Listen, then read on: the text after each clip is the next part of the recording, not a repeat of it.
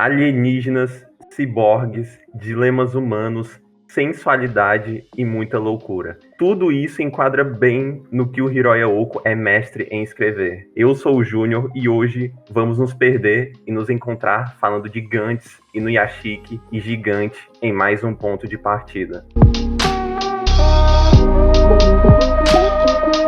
E neste episódio estou aqui com a minha parceira Gabi. E aí, pessoal, muito bom estar de volta a mais um ponto de partida. Esse aqui eu vou totalmente às cegas, porque eu conhecia Gantz de nome, assim, que um amigo meu é muito fã, ele falava muito da arte desse mangá, mas eu sei zero de todos eles, assim, que acontece, que as pessoas acham, então eu vou aqui no freestyle. Coisa boa. Estou também com o Gart.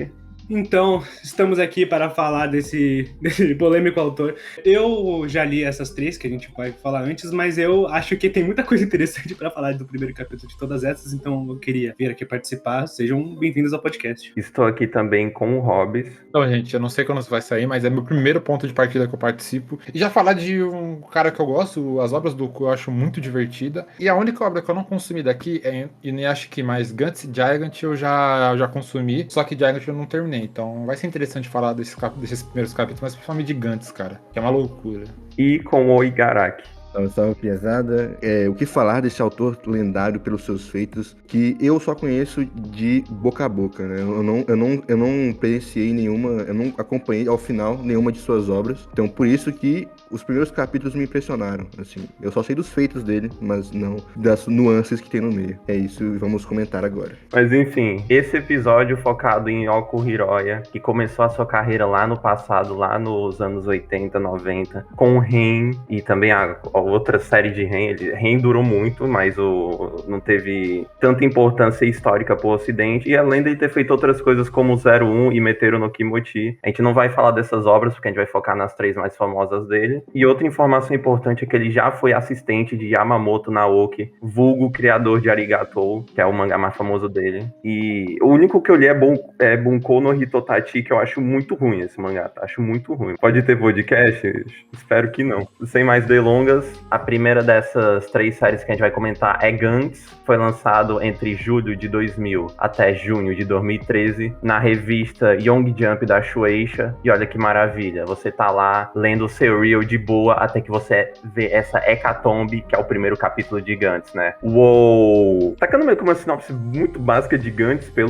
por mim, que é uma pessoa que não leu Gantz, a minha impressão é que o Gantz conta uma história de um grupo de pessoas que tem que matar criaturas esquisitas e vai escalonando a história ainda mais. Aí vai ter putaria, vai ter desenvolvimento de personagem, sangue, gore, não sei o que. Mas assim, esse primeiro capítulo não dá disso nada. Eu só sei que aquela coisa que aparece no final do capítulo é o Gantz, porque eu tô com conhecimento prévio, porque nem assim a pessoa sabe o que é o Gantz, sabe? Não, e Gantz eu acho legal, porque quando você não conhece nada de Gantz, tu vai falar, vou começar a ler Gantz. Tu bate o primeiro capítulo, você fala, cara, do que o mangá é? Não, porque sabe que do capítulo 1 vai ter gore por causa do final do capítulo que, cara, o trem passou e decapitou os dois e a cabeça do protagonista saiu rolando, tá ligado? Você fala, peraí, tem alguma coisa. E ele renasce e tem aquela bola com aquelas pessoas, tá? Mas, cara, o primeiro capítulo é muito impactante, eu acho muito interessante, porque você não sabe nada do que vai ser daqui pra frente. Eu acho que ele é uma boa apresentação do protagonista. Eu gosto como foca na cabeça dele, que tá se passando pela cabeça dele. Eu acho que tem uns três, se não me engano. Mas eu acho que nesse é mais importante, porque a gente vê muito mais ele indo, hesitando, ele nesse indo e volta pra ver se ele vai ou não salvar aquela pessoa, e eu acho que isso faz a gente simpatizar com o personagem, até que rola aquele final, esse plot twist no finalzinho, e aí deixa a gente curioso pra saber o que vai acontecer com ele, agora que a gente já se conectou com ele. Eu acho que Gantz é um que tem o melhor ponto de partida deles.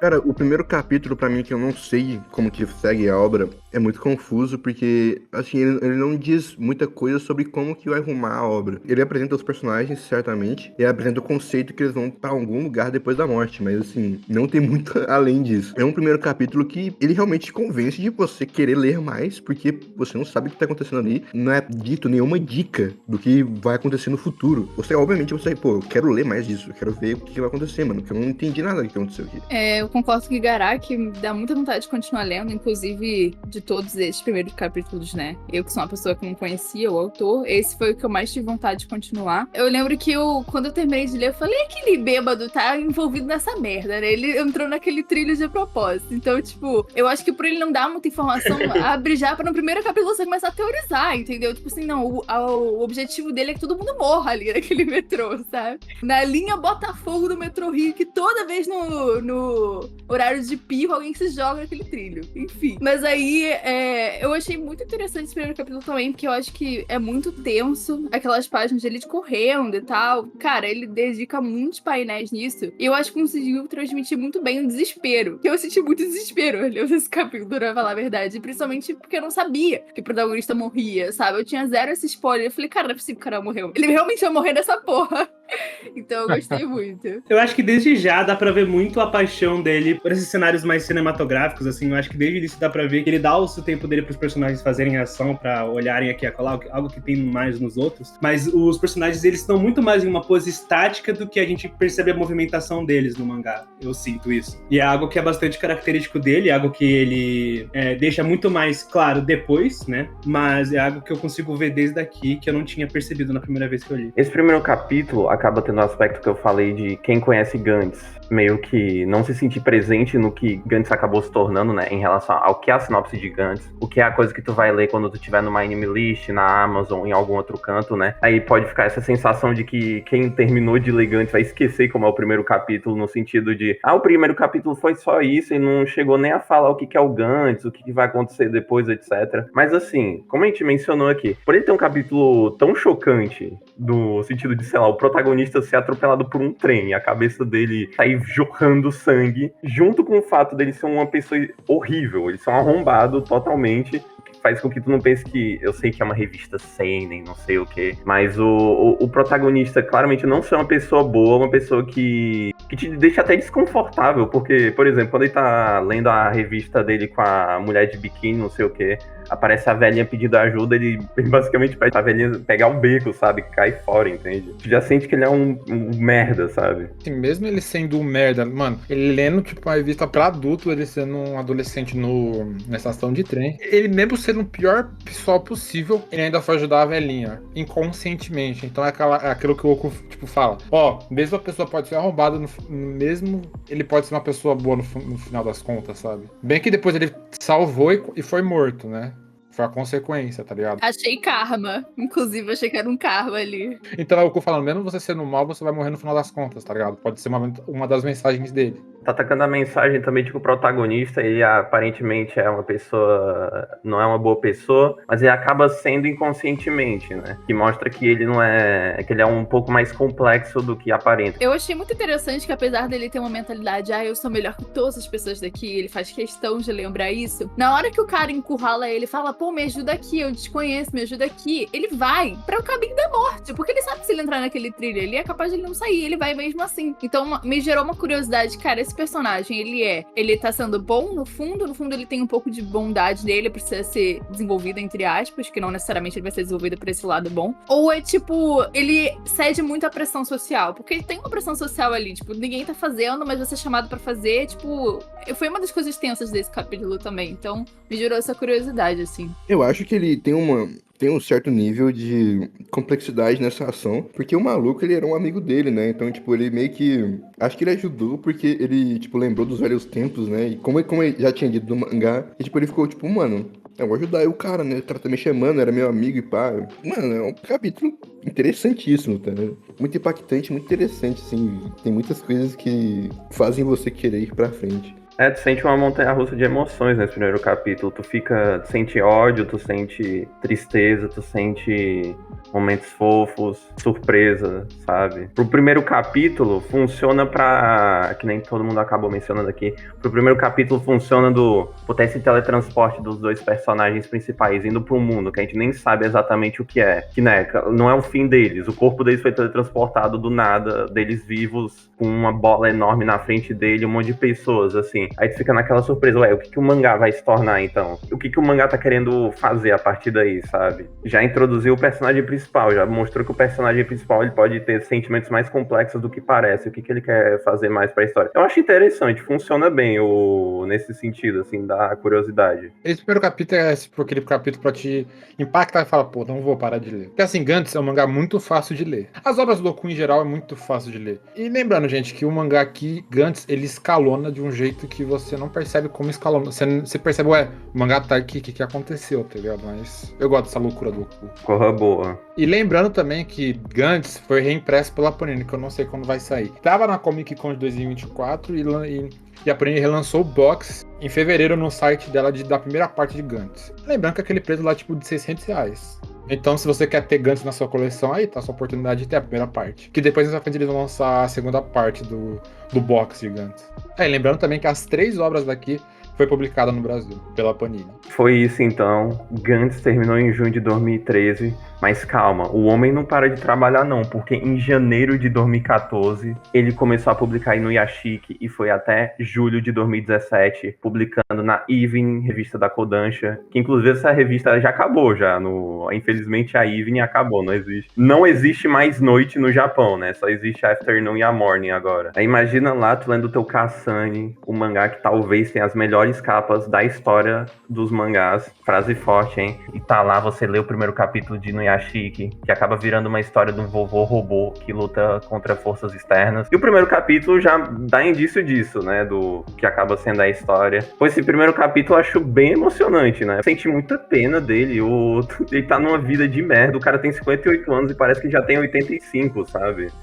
Mano, e é legal que o Oku, todo mangá que ele faz, só faz personagem filha da puta, cara. Em todas as obras que ele faz, são tipo, você consegue contar no dedo das pessoas boas, mas de resto, cara, ele cria uma sociedade onde todo mundo é filha da puta e odeia todos. Vou tacar um papo aqui que alguém, se alguém no comentário souber, pode me falar. Mas eu sinto que esse início ele tem uma vibe do que ele pegou muito uma referência de um, saca só, o filme Ikiru do Akira Kurosawa, porque ambos o protagonista ele tem dito que ele tem um câncer de estômago e em ambos tem uma cena dele num balanço assim. Gart, você achou essa referência? Eu achei referência a Breaking Bad. Falei, depois desse capítulo ele vai começar a fazer metafetamina nesse vovô e é isso que vai acontecer. Cara, eu achei ele sempre tem esse finalzinho com um plot twist, assim, que você não entende muito o que tá acontecendo, mas te deixa uma expectativa. Mas eu acho que o Inuyashiki, o velhinho, eu achei ele tão carismático que eu acho que dos 3 é o que eu mais gostei, o protagonista, e eu acho que se eu tivesse que dizer, cara, eu li esse mangá, primeiro capítulo, eu vou continuar a ler por causa dele, eu quero ver o que vai acontecer com ele. Porque a gente tem essa empatia natural por velhinhos, né, e esse final não deixou nada muito claro do que aconteceu, apareceu uma luz no céu, uma explosão em CGI, o cara botou CGI no mangá, e aí um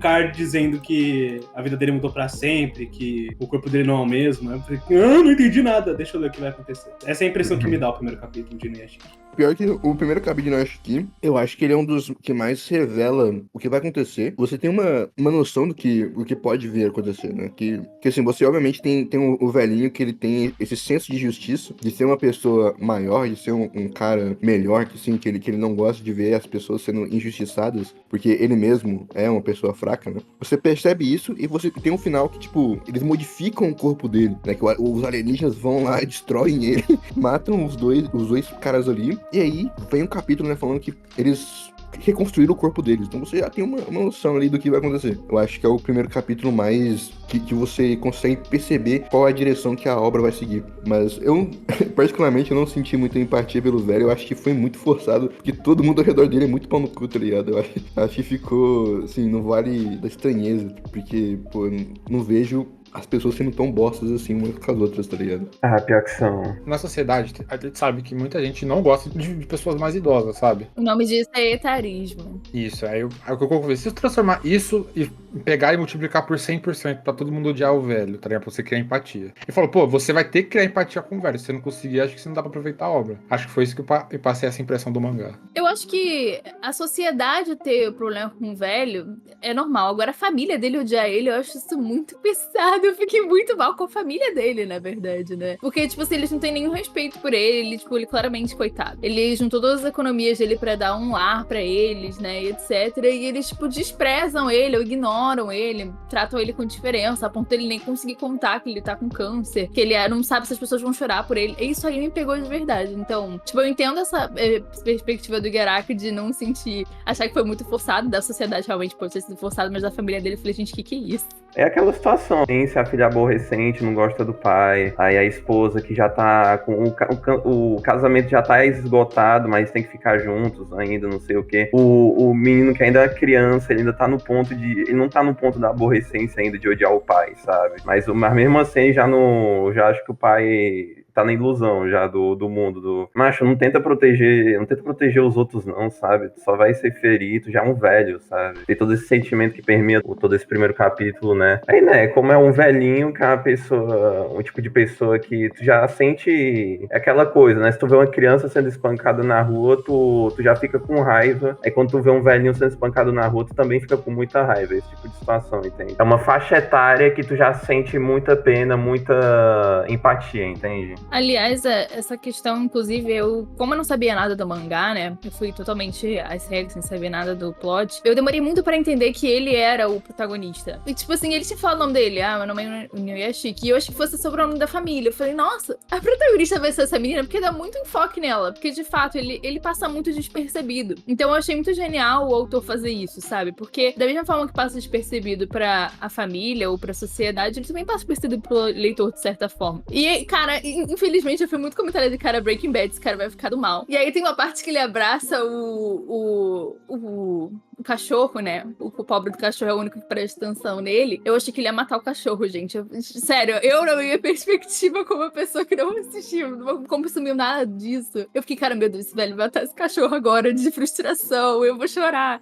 Foi um capítulo tenso pra mim também, igual Gantz, mas de uma forma diferente, assim. Eu queria mencionar também que nesse capítulo mostra que o cachorro, o cão, é o melhor amigo do homem, né? Cara, mas um bagulho muito engraçado é que tem um personagem que, quando ele vai se mudar, né, tem um personagem que tem uma mansão zona lá, que o nome dele é Oda. E depois é dito que esse cara é o filho de um mangaka. E eu sei que, tipo, tem uma rivalidade do Oku contra o Oda. Assim, eu não sei se é real, né? Nunca vi fontes primárias sobre isso. Eu achei muito engraçado que ele botou o Oda ali, tá ligado? Por que isso, mano? E, Garaki, eu achei impressionante isso que tu falou, porque eu não tinha a menor ideia disso. Eu nunca ouvi falar nessa fofoca na minha vida. Então estamos aqui presentes com o Léo Dias do WJB, né? Sim, eu não vou dizer que é real, porque eu nunca chequei se de fato teve isso. Mas eu já vi pessoas falando, tipo, que ele tem um ranço, assim, com o Oda, porque ele acha que ele deveria ser mais bem sucedido que ele. Mas eu não sei se é real. Não leve a minha palavra como verdade. Cara, sobre esse personagem, inclusive, eu, como lendo pela primeira vez, posso estar errada, mas eu achei que aquele rapaz que morreu junto com ele, morreu entre aspas, era o vizinho dele. É isso mesmo? Alguém pode me informar? Ou não? Não é não. Eu não sei se é o vizinho dele, mas é um personagem importante pra história. Aí, por isso que eu acho legal ele ter mostrado logo, ter comentado na morte do velhinho, assim, ó. Olha, 2 pessoas morreram. Aí já deu um foco nesse cara, e esse cara futuramente é importante na história, sabe? Pois é, inclusive foi uma coisa que eu pensei, cara, eu também leria, além de entender melhor o que vai acontecer depois, eu leria pra saber qual é desse cara, porque, tipo, o que aconteceu com ele, aconteceu mesmo com ele, com esse cara aí. E eu fiquei, nossa, o que ele vai fazer também, né? Porque ele, não sei se a vida dele é tão frustrante quanto a do nosso protagonista, né, e tal. Mas aí eu fiquei tipo, pensando, nossa, é porque na verdade ele é ele é rico lá, o filho do mangaka mó rico, mas ele também tá triste, e aí os dois vão ter um destino, assim.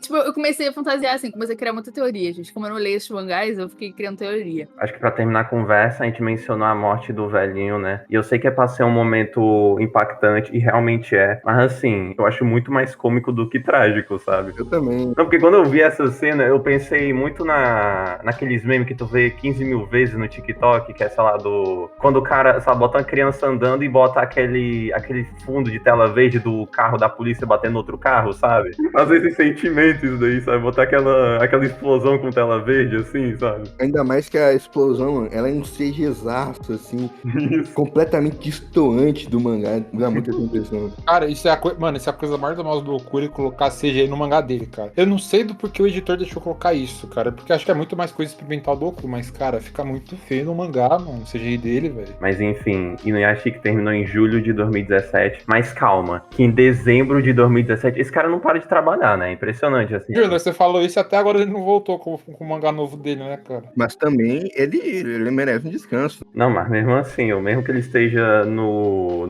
descanso, na hibernação dele, ele ficou no mínimo 21 anos trabalhando direto com essas 3 obras, porque isso porque eu tô ignorando as coisas antes, porque eu não sei até quando o Ren durou. Ele tinha 01 também, e o Meteoro no Kimochi foi lançado no meio de tudo isso também, tem outras coisas. Então esse cara, o Oku fez muita coisa na vida. O Gigante Gigant foi de dezembro de 2017 até setembro de 2021, na revista da Shogakukan Big Comic Superior. Então olha aí, o cara trabalhou nas 3 maiores editoras de mangá do Japão, olha aí, ó. O cara ele fez o sonho de todo mundo. Mano, e se eu trabalhasse em todas as revistas e foda-se? E ele fez isso. Podem falar o que quiser do Oku, mas ele é um cara de extrema criatividade pra fazer 3 mangás seguidos, todos eles com uma diferença gigantesca de plot. Imagina tu tá lá na Big Comics lendo seu Tino Adachi, aí tu esbarra com um gigante que conta uma história de uma atriz pornô que vira gigante, aí tem várias coisas acontecendo, e tu não pensa isso, tu lê esse primeiro capítulo, não tem nada, vê nada. Não, aqui dos 3 mangás do Oku, cara, esse é o primeiro o capítulo que eu não sei como... É porque eu já li, mas, tipo, quando você lê pela primeira vez, cara, do que a história vai ser vindo do Oku, tá ligado? Porque tem essa sinopse, só que o capítulo 1 não mostra. E ainda tem uma nota do editor no final, que tipo, e assim começa uma grande história de amor. Eu falei, que? Cara, é um mangá, assim, ele bota muita referência. Cara, é muito engraçado esse mangá, ele bota muita referência pop. Tem, tipo, o maluco, ele tem o Iron Man, ele tem um quadro do Blade Runner, ele tem o próprio jogo do Gantz. É a coisa mais normal do Oku ele fazer a divulgação da própria obra dele, porque mais pra frente ele faz a divulgação de Inuyashiki e Gantz. Então ele ama fazer divulgação de coisas das obras dele, porque tem, tipo, umas conversas e fala, pô, tu já leu Gantz? Já, ou eu gosto muito de Gantz. É a coisa mais normal do mundo dele, tipo, de personagens conversando sobre obras deles aqui, sabe? Tanto que isso de referências à cultura pop, uma coisa que vai um pouco mais além, não sei se entra em cultura pop, mas entra em cultura, em modo de vida japonês, é que a mulher, a atriz pornô, ela usa uma blusa da Uniqlo, que no caso é uma referência à Uniqlo, que é uma grande loja de roupa japonesa que tem em vários países, não sei o que. O cara, sei lá, em vez de botar só um top normal, vai ter que ser um top da Uniqlo, assim, nossa. A mochila dele também é de uma marca famosa, acho que é J-Sport, sei lá, não lembro mais. Eu reconheci, assim, a marca. Ele, do nada, ele falou, cara, vou botar aqui várias referências, porque sim. Ele também faz muito name drop com o personagem, porque o personagem ele é cinéfilo, né, guys? Ele quer fazer cinema, ele quer estudar cinema. Ele tá fazendo um filme. É, tipo, ele bota um monte de nome drop de ator de filme. Pô, muito engraçado, cara. Uma coisa que eu quero falar é que a gente falou do 3D dos 2 mangás. Assim, não incomoda tanto no Inuyashiki e no Gantz. No Inuyashiki é engraçado a explosão, mas mesmo assim ela tem tu entende a função da cena, show, não tem problema nenhum. Mas assim, aqui, quando tem a cena do protagonista chamando a menina na quadra de basquete e os personagens estão muito distantes do cenário, parece que eles até são meio que um adesivo em cima da quadra de basquete, eu me senti fora da história. Você pensei, nossa, tá muito feio, cara. Cara, mas é muito longe não, vai pra página colorida, pô. Mano, o protagonista, ele é desenhado, o resto é tudo bonequinho de CGI, tá ligado? É tipo o que o Asano faz, só que piorado 1000 vezes, tá ligado? É, porque o Asano, ele sabe fazer bem, tipo, que não fica tão distoante o personagem do cenário. Só que aqui o Oku, aparentemente, ele esqueceu de colocar alguma coisa no Photoshop, tá ligado? De mudar, porque a camada ficou meio estranha, tá ligado? Pra mim parece cenário de PS3, sei lá, às vezes. Mas sobre esse capítulo não acontece absolutamente nada. Com todo respeito, tá? Então vamos lá, página 1 até página 40 é muito cringe, todas elas é muito cringe, cara. Eu dou um pouco de créditos pro Oku, porque assim, tu lê esse mangá e tu volta pros teus 14 anos, assim, com tudo que tá acontecendo. Não, já tem uma cena absurda, é difícil, eu sei que eu não moro no Japão, mas aí eu vou ter que usar isso por questão de ser brasileiro.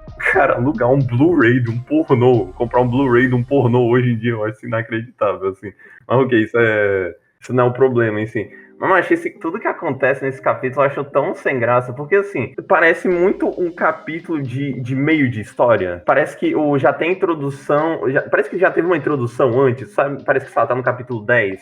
Que é do, ok, agora eu tô aqui, tô querendo construir um filme, vou chamar essas pessoas aqui pra formar o filme, não sei o que, meu elenco, as atrizes, meu interesse amoroso, não sei o que, tá? Mas assim, não parece que tinha que ter capítulos antes, já mostrando um pouco do não, o meu sonho é ser... Porque mostra nisso daqui, só que é tudo tão rápido. Porque, por exemplo, citando um mangá que a gente já comentou aqui, em live, né, não em podcast, o Tenmaku Cinema. O Tenmaku Cinema é assim, né, que ele dá uma introdução a mais, óbvio que tem um fator sobrenatural. Esse também, o Gigante também tem um fator sobrenatural, mas enfim, aí é outra questão. Tenmaku Cinema tem um fator sobrenatural que vai contar o porquê que o protagonista vai agir de tal jeito pra poder formar o elenco dele pro filme, não sei o quê. Aqui, ele já acontece coisa demais nesse capítulo. E também ele não chega a chamar atenção, porque, cara, o protagonista é muito sem graça. Ele é um mala sem alça, tá? Não, ô Júnior, você fala do protagonista, mas todo mundo aqui no mangá é sem graça, cara. Eu entendo mais ou menos, porque meio que todo grupo de amigos aí também é um monte de gente sem graça, né? Assim, E, gente, eu achei muito engraçado que eles, tipo, a gente tem que completar o elenco. A gente já conseguiu o protagonista, vamos completar o elenco. E aí os meninos são muito feios. Tipo assim, claramente o cara não teve nenhum trabalho de desenhar esses caras. Eu achei muito engraçado isso. Não, aí ele fala, pô, eu tenho que colocar alguma coisa pra chamar atenção. E se eu colocar uma gostosa no mangá? Vai ter que chamar atenção de um jeito ou de outro. O cara que vai não pegar o primeiro capítulo, mas o cara vai pegar o primeiro volume, a única coisa que ele vai querer ver, né? Ele vai ver o título do autor, vai ver uma menina, Giant.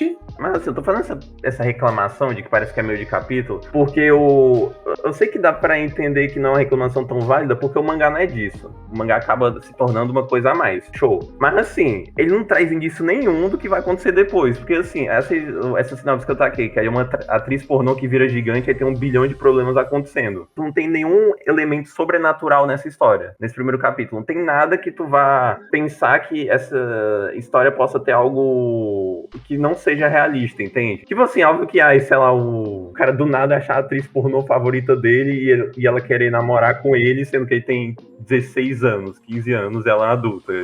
Tem muitos problemas nisso daí, mas enfim, isso ainda tá de alguma forma pautado na realidade. Quando tu vê que o mangá vai além, quando tu descobre que o mangá vai muito além disso, tu pensa, tá, mas e aí, como é que aconteceu isso? Porque ele não te dá nenhum final aqui, esse gancho não é nem interessante, assim, eles se juntam e não tem mais nada, sabe? É o mais recente dele ainda, né? Imagina um cara que acompanha o autor e vê, caraca, ele é um cara que ele gosta de dar um aspecto sobrenatural, assim, no início, e vai se progredindo com o tempo. Aí eu imagino, assim, como foi as casas de aposta em isso aqui vai ter um elemento sobrenatural do nada no próximo capítulo, sim ou não? Porque é algo que é comum no autor, né? Como a gente pôde ver aqui, mas eu acho que esse é o que ele deixa menos claro. Gente, eu queria falar também que eu achei que tem umas coisas meio sem propósito, assim. Não entendi o propósito. Tipo assim, que nem a menina vira e fala assim, ó.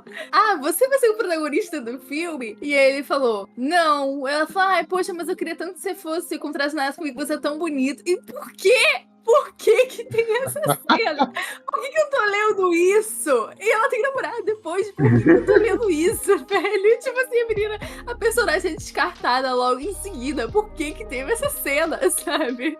Esse capítulo realmente é uma bizarrice total, assim. Tu não tem nada que você possa absorver dele. É uma apresentação bizarra, assim, dos personagens principais. É uma grande introdução que vai levar alguma coisa eventualmente, tá ligado? Mas não dá indícios disso no primeiro capítulo. Assim, esse mangá só é interessante porque é o Oku fazendo e a gente conhece o Oku. Porque assim, se fosse qualquer outra pessoa, se fosse um mangá do estreante, o mangá do estreante numa revista Seinen, assim, tu vai pensar, não tem nada demais nesse mangá, não tem nada de interessante, assim. A proposta não é também uma das coisas mais interessantes, não é tipo uma coisa que você pegaria pra ler e falaria, pô, isso aqui parece ser algo a mais. Não, é legal se tu tem 15 anos. Se tu for um adolescente, aí realmente, né? Aí GG. Mas só que, pô, se você for um pouquinho mais velho, aí foda-se total, tá ligado? Vocês estavam falando mais cedo que ele tem muitas ideias e uma atrás da outra, né? Ele termina o mangá, já escreve uma hora, é uma porcaria, né? Tantas ideias assim.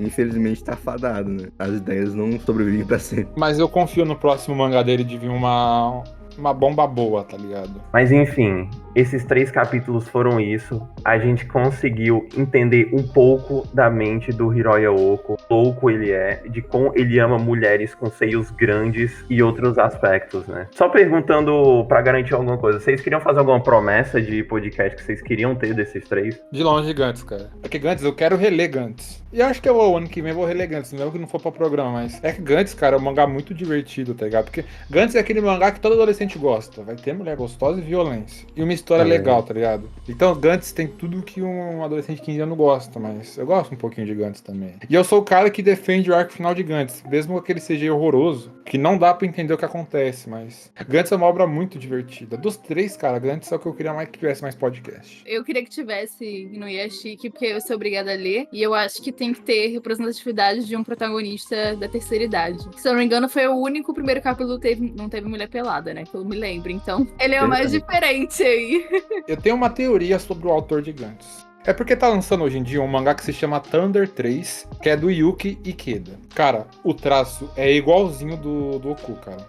Aí assim, eu não sei se é a mesma pessoa ou esse cara, foi assistente do Oku. Cara, minha teoria é que ele é o Oku, só que ele colocou outro nome, tá ligado? Pra não achar que é ele. Aí eu acho que Thunder 3 é mangá do Hiroya Oku. Por que ele faria isso? Eu não sei, o Oku é maluco, mas eu não duvido que ele faria isso. Essa é a minha teoria do Oku, que ele tá fazendo outro mangá agora. Não, ele tá fazendo outro mangá que é Gantz E, que eu não li. Eu acho que é uma continuação direta de Gantz, mas pra mim ele tá lançando o Thunder 3 também. Mas enfim, Gabi, considerações finais. Minhas considerações finais é que eu daria continuidade a Inuyashiki e a Gantz. Principalmente no Inuyashiki, sou uma grande fã de Breaking Bad. Boto muita esperança. Mas também pelo que vocês falaram aqui, vocês gostam muito de Gantz, então eu leria também. Talvez não pra algum podcast, porque são 300 e poucos capítulos, então seria meio difícil pra ler, pra comentar aqui. Mas, de forma geral, eu achei interessante todos esses capítulos. Acho que todos eles têm uma leitura muito fácil, muito dinâmico, muito fácil de continuar. E acho que foi uma boa introdução para o autor que eu não conhecia. E é isso. Até o próximo episódio. Gart, considerações finais. Cara, sinceramente, ele não é exatamente o autor que eu mais gosto no mundo, o Oku, mas eu acredito que tem sim valor nas coisas que ele faz. Ele é um cara que experimenta bastante, ele é um cara que foi bastante importante nessa parte de introduzir tecnologia nos mangás, né? No sentido de produção mesmo. E dos 3, eu acho que o mais importante pra mim, o que mais ficou legal foi o Gantz. Eu gosto do início de Inuyashiki também, mas eu sinto que esse finalzinho foi confuso demais pra mim. E tem Giant, né? Enfim, são 3 mangás que eu acho que ele... 2 mangás que eu acho que ele deixa interessante no início e tem Giant. Se eu tivesse que escolher, assim, um pra continuar, seria Gantz. Eu cancelaria Giant e Inuyashiki eu deixaria passar, mas de qualquer forma, dá pra ver bem de início o que ele gosta de fazer, as coisas que são intrínsecas à obra dele, ao tipo de coisa que ele gosta de fazer. E eu acho que é interessante checar, de qualquer forma, como que ele começa os mangás dele, sempre com esse twistzinho no final. Vejo vocês na próxima vez, talvez no próximo ponto de partida, vamos ver o que aparece no próximo. Enfim, até a próxima, gente. Falou! Hobbies. Então, gente, foi legal falar do primeiro ponto de participação, meu ponto de partida, foi bacana comentar de um autor que eu já gostava, do Oku. Cara, como eu sempre digo, eu gosto muito de Gantz, e o primeiro capítulo que me fez mais querer ler a obra é Gantz, e o que eu menos quis ler foi Giant, porque não teve nada. Mas conhecendo o Oku, dava pra saber a loucura pra onde ele iria, por causa da sinopse do nome do mangá, que é Gigant. Então é isso, gente, foi divertido, e até um próximo podcast, e se cuidem. E Garak. Assim, eu leria todos os mangás que foram apresentados nesse ponto de partida, porque a leitura deles é muito fácil e eu já ouvi as lendas de Oku, então eu tenho muito interesse pra ver o quão absurdo ele consegue ser. Foi interessante ler esses primeiros capítulos finalmente, depois de muito tempo só marinando, não só vendo, assim, um dia eu espero que tenha um podcast aqui, mas é isso, espero que vocês tenham gostado e falou! E foi isso esse podcast. O Gantz seria uma boa promessa de WJ Review, mas não sei o que o futuro nos reserva, né? E é isso, tá tudo aí na descrição pra você conferir as redes sociais de todo mundo. E se possível, deixa o like, se inscreve no canal, segue a gente no Spotify e dá 5 estrelas no Spotify também. E é isso porque é isso. Uou!